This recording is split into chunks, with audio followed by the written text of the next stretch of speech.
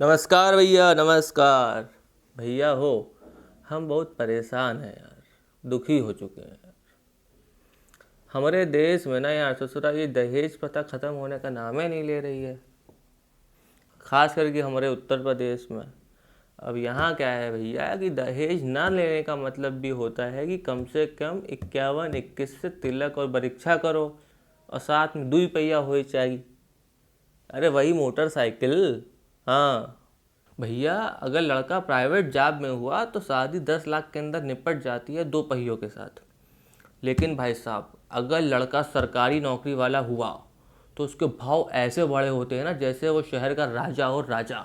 मान के चलिए आपका कम से कम 15-20 लाख का चूना लगना ही लगना है। उसको चाहिए होती है एक 4 पहिया। इनको पैसा भी चाहिए, गाड़ी भी चाहिए, लड़की भी एकदम लल्लन टाप चाहिए, जिसके बाल बड़े बड़े हों, सुंदर हो, इंग्लिश बोल लेती हो, लंबी हो, सब कुछ चाहिए इनको। और ले जा करके इनको इन लड़कियों से घर में चूल्हा चौका ही कराना होता है, लेकिन लड़की इनको एकदम लल्लन टाप चाहिए।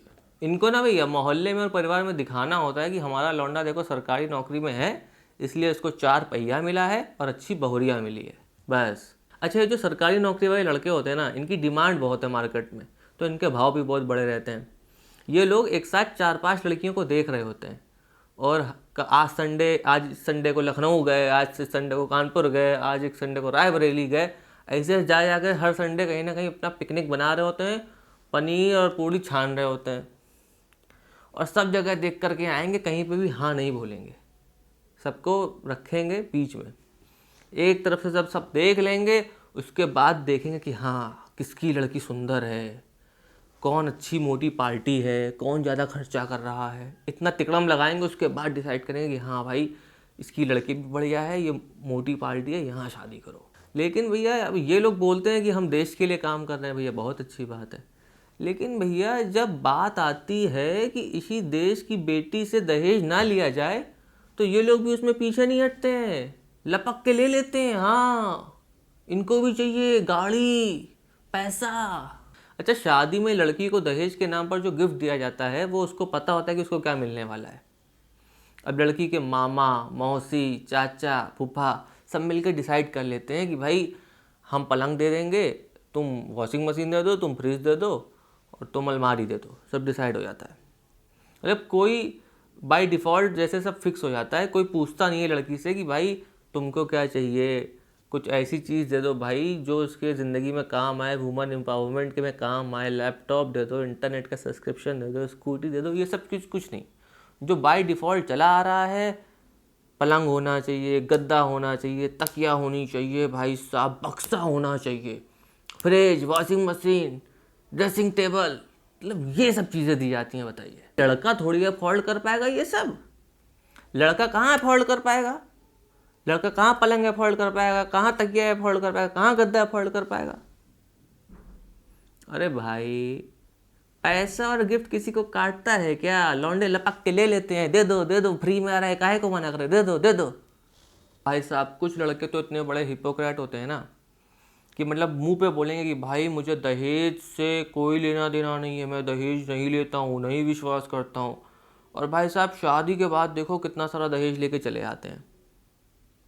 उनसे बोल भी दो ना कि भाई तुमने ये सब क्यों लिया, तो बोलते भाई साहब मुझे ये सब नहीं पता कुछ, ये तो उनकी फैमिली हमारी फैमिली के बीच की अंडरस्टैंडिंग थी, अंडरस्टैंडिंग। हमको इसमें कुछ नहीं पता इस बारे में भैया, क्या आया क्या गया, हम इस सब चक्कर में नहीं पड़ते हैं, पता नहीं क्या हुआ। और भाई साहब उधर लड़के के घर में 6 महीने से वॉशिंग मशीन ख़राब पड़ी होती है, भैं भैं भैं भैं आवाज़ कर रही होती है, बेयरिंग उसकी ख़राब हो चुकी होती है। वो इंतज़ार कर रहा होता है 6 महीने की, भाई अब नई वॉशिंग मशीन लेके मैं क्या करूँगा, 6 महीने बाद आ रही है ना बहुरिया, वो लेकर के आएगी। अच्छा, सुबह विदाई के टाइम पे आपने देखा होगा एक बड़ा सा टेम्पो आता है या डीसीएम आता है, उसमें खूब सारा दहेज का सब सामान वगैरह बढ़िया लाद फान के जो सब लड़की के भाई भाई सब मिल के लदवा देते हैं, पूरा ऊपर तक तान देते हैं। अब उसमें एक लौंडा भी पीछे तान दिया जाता है, मतलब बैठा दिया जाता है पीछे सामान के साथ। उसका सिर्फ एक ही काम होता है कि वो जब गली में गाड़ी जा रही हो तो देखता हुआ चले, ऊपर कहीं तार तो नहीं लड़ रहा है, ऐसे ऐसे डंडा लेके बोलता रहता है, चलो चलो, हाँ चलो चलो चलो चलो, रुको रुको रुको रुको, हाँ चलो चलो, धीरे धीरे निकलो निकलो, चलो चलो चलो, ऐसे करता रहता है। अच्छा भाई, दहेज के अलावा ये लोगों की डिमांड रहती है कि भैया हमारा स्वागत सत्कार अच्छा होना चाहिए। स्वागत सत्कार में इनको क्या है भैया कि बड़े लोगों को कपड़ा लत्ता पैसा सब मिलना चाहिए। अब भाई बड़का लोगों को इनको चाहिए कि 500-500 रुपये होना चाहिए, हाँ, और छुटकन लोगों को 100-100 रुपया कम से कम होना चाहिए। अगर भाई साहब पैसा थोड़ा सा कम हो गया ना तो इनको बहुत बुरा लग जाता है। इनको लगता है कि इनको सम्मान नहीं मिला शादी में। फिर 2-4 दिन बाद भाई साहब सुनने को मिलता है कि भाई साहब पनीर की सब्जी में पनीर नहीं था, मीठा जल्दी ख़त्म हो गया था। ऐसी ऐसी चीज़ें सुनने को मिलती हैं। भाई साहब हर समाज में एक मैट्रिमोनी वाले अंकल होते हैं। उनको बहुत खुशी मिलती है, ये सुन करके बड़ा गर्व होता है जब उनसे लोग बोलते हैं कि भाई साहब आप बहुत नेक काम कर रहे हैं, लड़का लड़की को मिलवाने का बहुत नेक काम कर रहे हैं। उनको बहुत खुशी मिलती है। लेकिन भाई साहब इन मैट्रिमोनी वाले अंकल को कोई घंटा फर्क नहीं पड़ता है कि शादी में दहेज लिया या दिया जा रहा है। एक्चुअली में भाई साहब हमारे समाज में ना ये शादी को पूरा धंधा बना दिया गया है। लड़की वालों को एक अच्छा पैसा खर्चा करना पड़ता है सो कॉल्ड अच्छा लड़का पाने के लिए। अब ये मैट्रिमोनी वाले अंकल लोग जो होते हैं ना हर समाज में, इनके पास हर तरीके के लड़के लड़की मिल जाएंगे भाई साहब, हर वैरायटी के। जैसे सब्जी वाले होते हैं ना, ठेले पे तरह तरह की सब्जी लगाए होते हैं, उसी तरीके से इनका हाल होता है। वैसे चिल्ला चिल्ला करके बोलते नहीं है। सोचिए अगर ये मैट्रिमोनी वाले अंकल लोग चिल्ला चिल्ला कर सब्जी वालों की तरह अगर बताएं लड़का लड़की के बारे में तो कैसे बताएंगे? ऐसे बताएंगे, लड़का ले लो लड़का, प्राइवेट लड़का सरकारी लड़का, लड़की ले लो लड़की घरेलू लड़की जॉब वाली लड़की। इस तरीके से बताएंगे। कोई फ़र्क नहीं है ज़्यादा भाई साहब, पूरा धंधा बना दिया शादी को। हाँ, अच्छा, कानून कहता है कि डायरेक्ट या इनडायरेक्ट तरीके से दहेज को लेना और देना दोनों ही अपराध है, सामाजिक भी अपराध है। तो भाई साहब लोगों ने नए नए फंडे निकाल रखे हैं। अब वो सीधे मुंह पे बोल देंगे आपको कि भाई साहब हमें कुछ नहीं चाहिए, लेकिन उनके पास एक प्लान बी होता है जो आपके जाते समय वो एग्जीक्यूट करते हैं। चलने का समय आया तो मामा जी ने या फूफा जी ने किसी ने एक गेम खेल लिया। एग्जाम्पल, फूफा जी आए, अब वो लड़की के बाप से बोलेंगे कि भाई साहब ऐसा है कि लड़के की नौकरी लग गई, आपको तो पता ही है। तो अब लड़के का ऑफिस यहाँ से पड़ता है 10 किलोमीटर दूर, तो वो मतलब बाइक लेने जा रहा था। तो हम जानना चाहते हैं सिर्फ कि अगर आप क्या आप बाइक दे रहे हैं? अगर आप दे रहे हैं तो ठीक है, नहीं दे रहे हैं तो मतलब हम खरीद लें, नहीं तो ऐसा ना हो डबल डबल हो जाए। तो इस टेक्निक से मतलब बोलते हैं ताकि मैसेज मिल जाए लड़की वाले को कि भाई साहब हमें बाइक चाहिए। अब लड़की का बाप इसमें फंस जाता है। वो तो मन से घर से बना के आया ही होता है कि भाई साहब इतना शरीफ लड़का इतनी जल्दी नहीं मिलने वाला है जो दहेज ना ले। उसको पता होता है कहीं ना कहीं से मेरे लगने वाले हैं। तो अब इस तरीके से बात रख दी जाती है तो लड़की का बाप भी मना नहीं कर पाता है। वो भी बोल देता है कि ठीक है भाई साहब, कितने की आएगी, साला ₹1,00,000 और सही। तो वो बोल देता है कि ठीक है भाई साहब हम दे देंगे। इस तरीके से फंसाया जाता है आजकल। भाई साहब एक सच ये भी है कि हमारे समाज में आज के समय पे बड़ा मुश्किल है ढूंढना ऐसे लड़कों को जो दहेज ना लेते हो। इसलिए माँ बाप जो लड़की के होते हैं वो सोचते हैं यार अगर हम दहेज नहीं देंगे तो कोई लड़का ही नहीं मिलेगा। और ये धारणा क्यों बनी हुई है ऐसा? क्योंकि ये चल रहा है, ये चलन है। लड़के भी ना ये पढ़ लिख करके आ जाते हैं लेकिन ये दहेज लेने से पीछे नहीं हटते, लपक के ले लेते हैं। लड़की के माँ बाप इसलिए भी देते हैं ना दहेज की, उनको कहीं ना कहीं इनसिक्योरिटी लगती है। उनको लगता है कि समाज क्या बोलेगा। उनको लगता है कि अगर हमने दहेज नहीं दिया तो कल को लड़का या उसके घर वाले हमारी लड़की के साथ गलत व्यवहार करेंगे, उसको मारेंगे दहेज के चलते। तो बहुत सारे इनसिक्योरिटीज़ होती हैं इन लड़कियों के माँ बाप के अंदर। इसके चलते वो लोग मजबूरन दहेज देते हैं। अब अगर लड़का और उसके परिवार वाले खुल कर के खड़े हो जाएं और बोलें कि भाई साहब हमें ₹1 नहीं चाहिए, तो कोई बात हो। कुछ लोग बोल देते हैं कि भाई साहब हमें कुछ नहीं चाहिए, बाकी जैसे जो हो रहा है होता है समाज की रीत, आप कर दीजिए।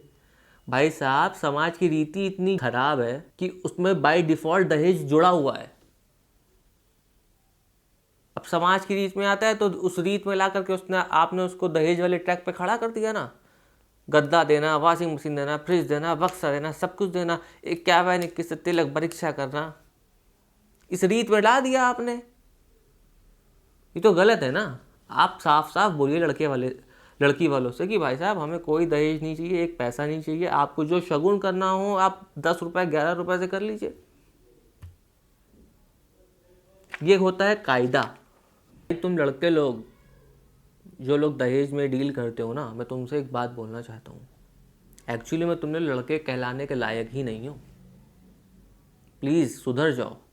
मैं हाथ जोड़ के अपील कर रहा हूँ, प्लीज़ सुधर जाओ। दहेज लेना बंद कर दो, डायरेक्ट या इनडायरेक्ट किसी भी तरीके से। दहेज लेना या देना दोनों अपराध है।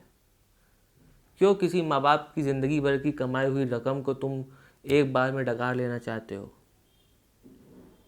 तुमको पता है साल में हज़ारों लड़कियों की मौत दहेज के चलते होती हैं।